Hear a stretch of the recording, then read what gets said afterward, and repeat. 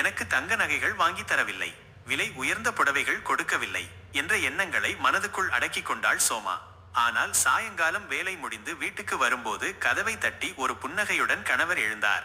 குழந்தையை தூக்கி சில் அச்சு சில் என்று அவளின் கோபத்தை கரைத்தார். அவள் சமைத்த குழம்பு சில சமயம் புளிப்பாக இருந்தாலும் குறை சொல்லாமல் சாப்பிட்டார். சோர்வில் தூங்கிவிட்ட அவளுக்காக வீட்டு சுத்தம் செய்து பிளாக் டீயை தயாரித்து ஒரு முத்தம் வைத்து வேலைக்கு புறப்பட்டார்.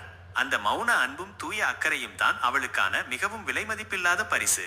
ஒரு பெண் விரும்பும் அன்பு இதுதான் தங்கத்திலும் மேலானது.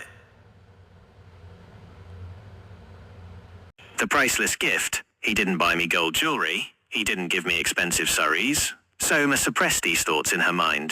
But in the evening, when her husband came home from work, he knocked on the door and greeted her with a smile. He picked up their child and, with a gentle chill aku chill, melted away her anger. Sometimes, even if the curry she cooked was a bit sour,